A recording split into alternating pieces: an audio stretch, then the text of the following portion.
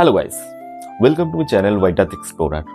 আমি কাল আমার প্রথম ভিডিও তোমাদের সাথে শেয়ার করি যে সিকিম সরকার একটা প্রপোজাল তারা পেশ করে যে নিজের বাইক নিয়ে আর বাইক রাইড করা যাবে না।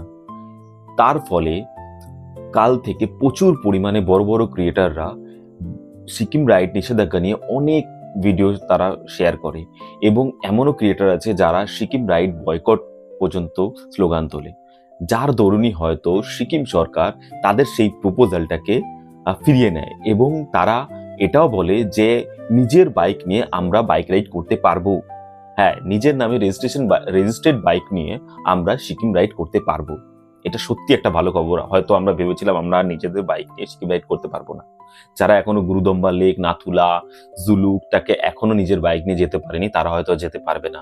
কিন্তু আজকে এত পরিমাণে সোশ্যাল মিডিয়া কিছু কিছু বলে না, সোশ্যাল মিডিয়াতে অনেক খারাপ কিছু হলে কিছু ভালো হয়, তার মধ্যে হয়তো মানে যারা বাইক রাইড করে তাদের জন্য এটা খুবই আনন্দের খবর যে আমরা নিজের বাইক নিয়ে এবার থেকে সিকিম রাইড করতে পারবো। আর thanks to social media, thanks to যেসব ক্রিয়েটাররা আর দরুন এই সিদ্ধান্ত সিকিম সরকার নিয়েছে।